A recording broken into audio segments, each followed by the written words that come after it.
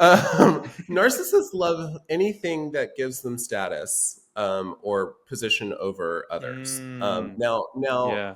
there are certain narcissistic variants that are sort of anti-capitalism or anti-money. But if you're narcissistic, you can make anything a badge of honor, right? Anything to make you better than someone else. So there is sort of like a puritanical type of narcissist that where they, poo-poo money or people that have money, or they can, just patently Yeah. hate the rich, right? And be sort of that can be part of their narcissistic story. But for many narcissists, yeah, money means power, and power means influence, and the more influence you have, the more significant you are. And so there is a correlation between narcissism and being kind of obsessed with acquisition of any kind, whether it's money or possessions Mhm. or sexual partners, whatever it is, right? They want anything that's going to add to their sense of self.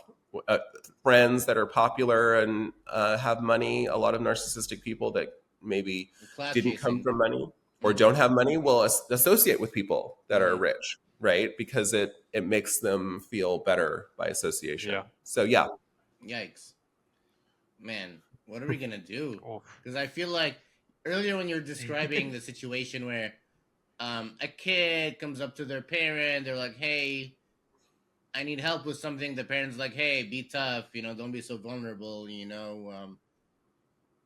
Like just you need to be better." And then they end up hiding their vulnerabilities and becoming narcissistic. That sounds Right. like 90% of our politicians. Mm. I'm not gonna lie.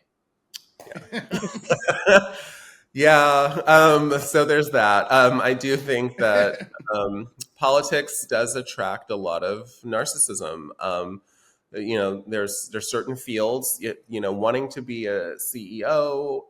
Not all CEOs are narcissists, but being attracted to those kinds of power Hmm. positions tend to attract people with narcissism because you have power and influence, and they're good at it, right? You kind of have to have a big ego to be able to run for office and be that confident and walk out there. And the problem is that when they get in the power position, that lack of empathy and those very things that got them there, the charisma and the confidence, are the things that end up sort of getting in the way of them being public servants, right? Yeah. Because it's not about you, Yeah. it's about the constituents, and that's where they lose the thread a lot. So yeah. True.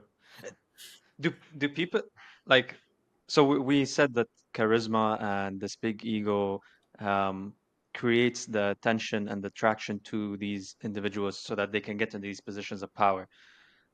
Is there something wrong with us as as people? Like, why are we so attracted to this? Why can't we like just break the cycle of like supporting these types of individuals? Why can't we just look at the boring individual and be like, that person is most likely to be a better public servant than the narcissist, the one with the symptoms.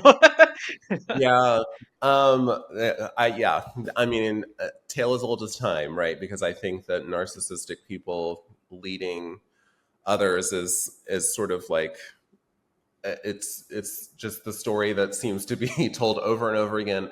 I don't know. I think it goes back to what I said earlier about people are attracted to confidence. People want leaders that are confident, and the average person, nor should they, knows how to recognize narcissistic traits when in a person. So confidence to them just seems like confidence. They're like, oh yeah, that person's really sure of themselves, and they're going to be able to, they're confident and they can tell me what I need to be focusing on, and they're going to take care of me. And so we're putting sort of trust out there, Hmm.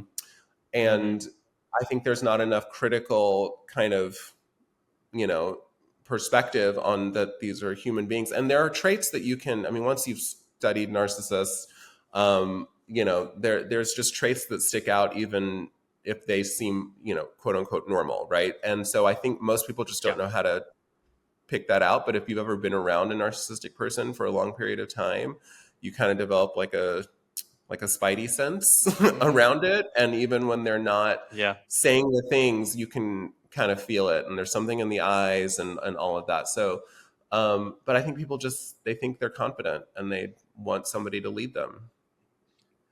Are there any like Fair. phrases or things that narcissists say that are immediate red flags? Like, oh, this person's a narcissist.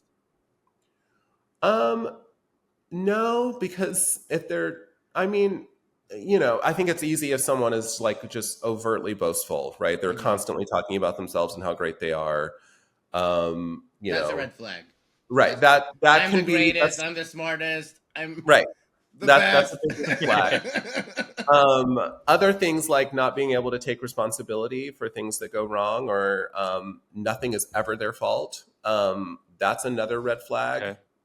Second red flag. Yeah, second red flag. Yeah, I think also people where they can't. We've all talked to those people like when we've gone through something or something bad happens, and they're just like, "Well, that sucks," and then like they move on. That over time, once or twice, you're like, okay, well, maybe they weren't listening, or But if they can't attune to you in any way, and it always gets turned back to them, even stuff you've gone through somehow is about them, that's a red flag. So those are kind of overarching things, but a lot of narcissistic people can be very charming. Early in a relationship, whether it's a platonic or a work relationship, it's part of, we all have these, superpowers, and a lot of narcissistic people get to be really charming and pull people in. And so then you don't really know until you're in it. And so Yeah. it just depends on the person, but those three that I gave are kind of the easiest to pick out and see pretty early on.